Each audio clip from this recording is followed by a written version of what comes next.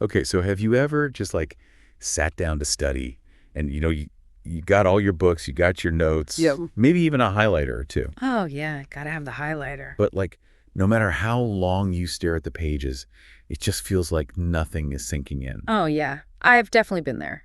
I think we all have. It can be so frustrating, right? You're putting in the time, but it's like your brain is just refusing to cooperate. Totally. It's like you're trying to fill a leaky bucket. Ugh, the worst. Ugh. Well, today we are diving deep into some seriously cool science-backed study techniques that'll help you study smarter, not harder. That's right. We're going to help you plug those leaks and make sure all that hard work actually pays off. Exactly.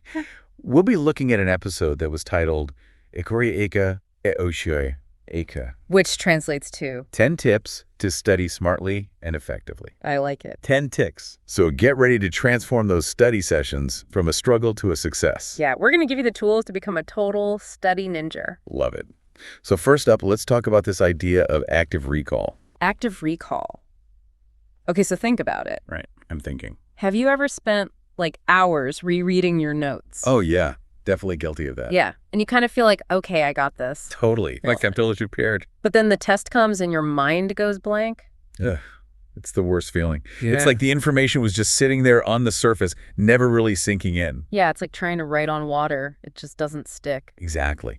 So what's active recall, and how does it help us avoid that dreaded blank mind during a test? So active recall is all about forcing your brain to actively retrieve information instead of just passively absorbing it. So it's less about just reading and rereading and more about actually trying to remember the information without looking at it. Exactly. It's like giving your brain a workout. Okay, I'm liking this already. So how do we actually put this into practice? We're talking about like constantly quizzing ourselves? That's a great way to do it. So like after you read a chapter or review some notes, close the book, put the notes away, and try to recall as much as you can from memory. So like just try to write down everything I remember or explain it out loud. Exactly. Or you can use flashcards too. Yeah. The point is to really challenge your brain to pull that information out of storage. And the harder it is to recall something, the more it means our brain is working to solidify those connections. That's the idea. The struggle is a good sign. That's so interesting. I never thought of it that way. So up next, we're tackling a study myth that I think we've all fallen victim to at some point. Oh yeah, I know this one. Cramming. Yep.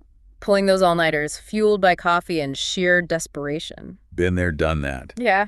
But the thing is, cramming might help you pass the next test, Maybe? but the information is not going to stick around for the long haul. Yeah, it's like a temporary fix, not a real solution. Right. So if cramming is not the answer, what is? How can we make sure the information actually stays with us beyond the next exam? This is where spaced repetition comes in. Just spaced repetition. It's like a magic trick to your memory. Okay, I'm intrigued. Tell me more. So with spaced repetition, you're basically spacing out your study sessions and revisiting the material at increasing intervals.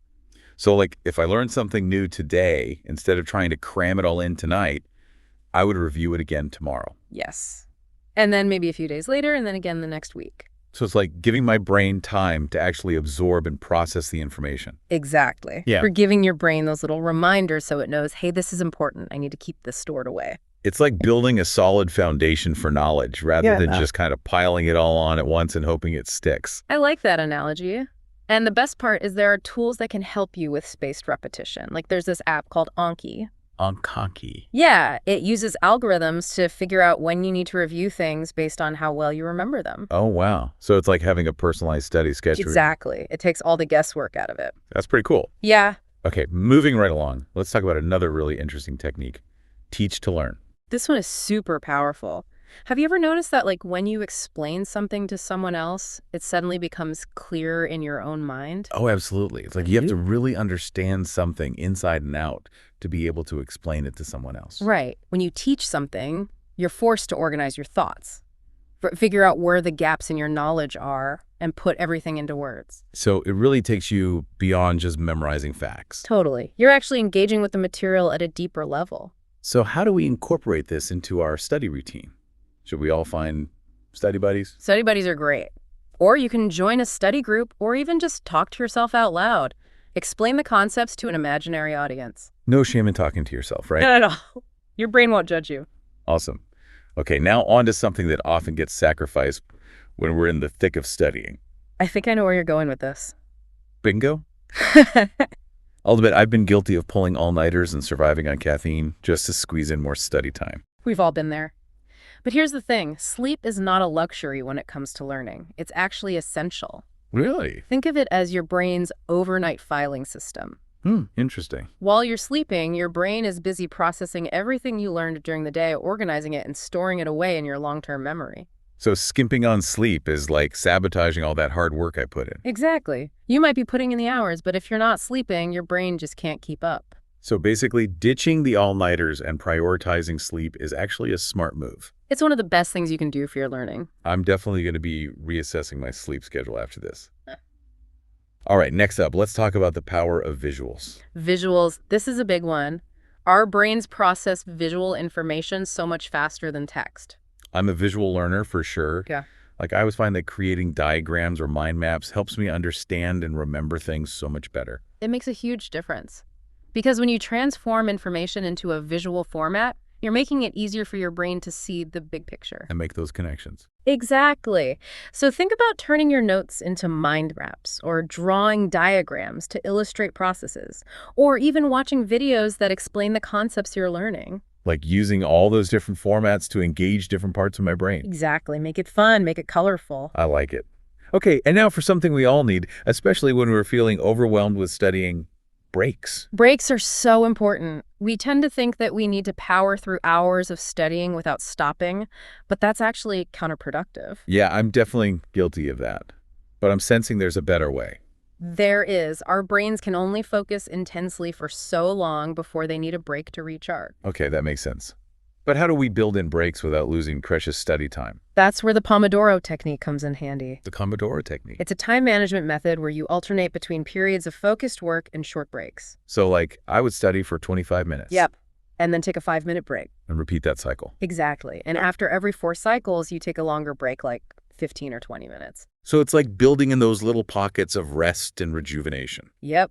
To keep your brain fresh and focused. I like that a lot.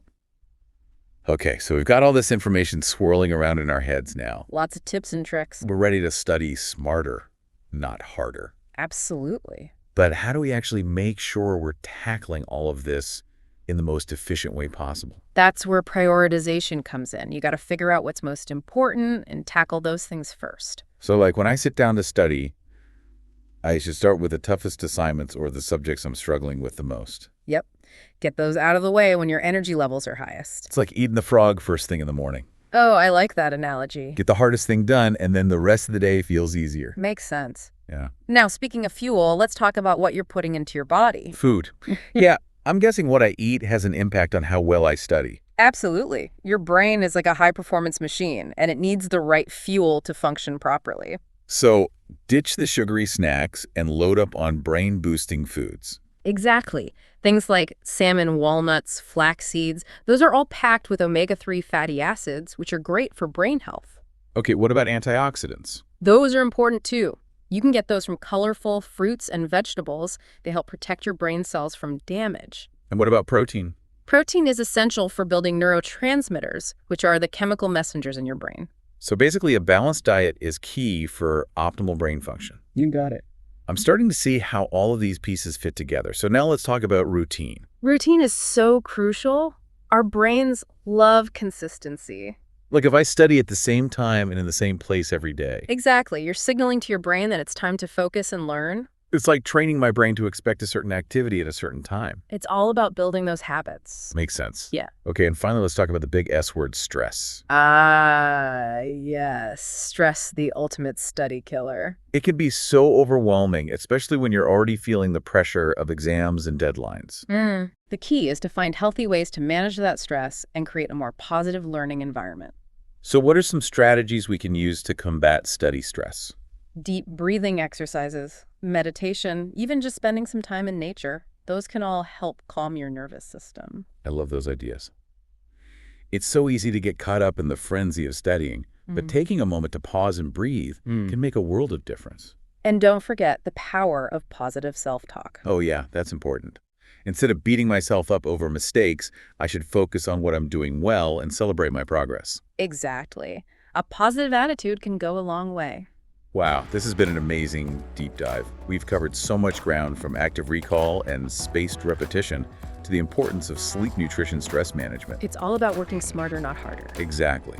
And finding what works best for you. Absolutely. So as you embark on your study journey, remember to experiment with these techniques and see what helps you learn and remember information most effectively. And don't be afraid to get creative and have fun with it. We'd love to hear which of these techniques resonated with you the most and how you plan to incorporate them into your own study routine. Happy studying, everyone. Until next time. Bye.